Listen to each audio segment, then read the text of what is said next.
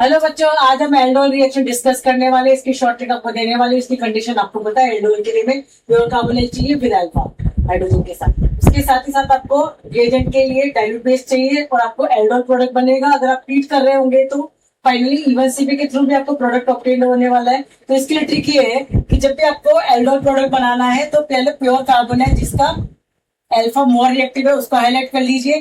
फिर अगर same molecule है तो दूसरे कार्बोनाइल के O के साथ इस H को लगा दीजिए और साथ ही साथ ये जो कार्बन है इसको इस कार्बन के साथ अटैच कर दीजिए। तो आपका फाइनल जो प्रोडक्ट बनेगा वो एल्डोल प्रोडक्ट इससे ऑब्टेन हो जाएगा।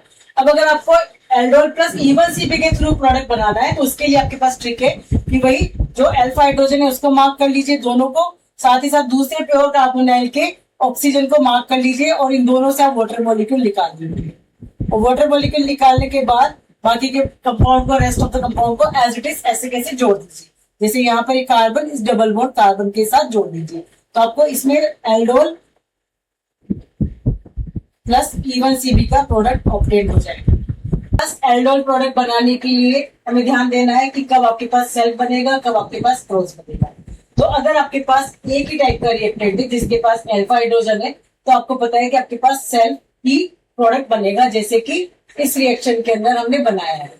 लेकिन अगर आपके पास दो तरह के कार्बोनाइल है जिनमें से एक अल्फा हाइड्रोजन वाला है, एक विदाउट अल्फा वाला है, तो इसमें ध्यान रखना है बच्चा आपको कि अगर आपका लेस रिएक्टिव वाला, अगर उसके पास, जैसे कि इस एग्जांपल में हम बात कर रहे हैं जो कि ये वाला है लेस रिएक्टिव और इसके पास अल्फा हाइड्रोजन है, राइट, और ये वाला है हमारा मोर रिएक्टिव और इसके पास अल्फा हाइड्रोजन नहीं है, तो इस केस में क्या होगा, हमारे पास क्रॉस प्रोडक्ट ऑब्टेन हो जाएगा। अगर इसका उल्टा होता है कि जिसके पास अल्फा हाइड्रोजन है और वो मोर रिएक्टिव है और जिसके पास अल्फा हाइड्रोजन नहीं है वो अगर हमारे पास लेस रिएक्टिव है तो हमारे पास सेल्फ प्रोडक्ट बनेगा।